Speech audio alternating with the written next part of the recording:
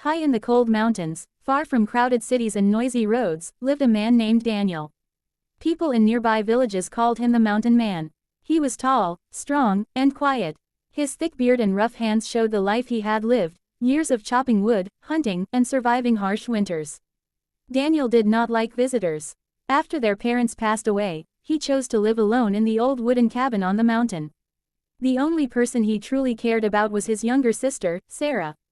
She lived in the village at the foot of the mountain and visited him every few weeks with food, news, and sometimes a little laughter. One cold evening, the sky turned gray earlier than usual. Snow clouds rolled over the mountain peaks, and a freezing wind howled through the trees. Daniel was inside his cabin sharpening his axe when he heard footsteps outside. He frowned. Nobody climbed the mountain in weather like this.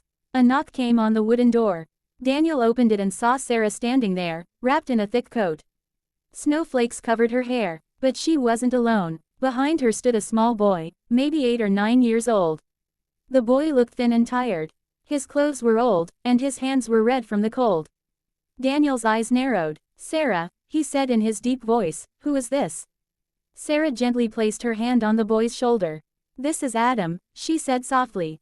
"I found him in the village. He has nowhere to go." Daniel crossed his arms. "The village has shelters." Sarah shook her head. "Not for him." The boy stayed silent, staring at the wooden floor. Daniel sighed heavily and stepped aside. "Come in before the storm gets worse." The warm fire inside the cabin quickly melted the snow on their clothes. Sarah helped the boy sit near the fireplace and gave him a bowl of hot soup. Daniel watched quietly from across the room. Something about the boy felt strange. It wasn't just that he was quiet.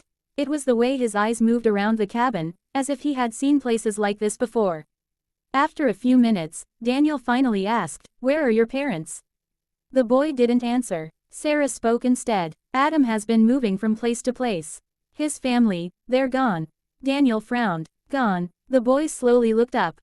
Then Daniel saw it. Around the boy's neck was a small silver pendant hanging from a worn string. The moment Daniel saw it, his entire body froze. His hands began to shake. That pendant, he knew it.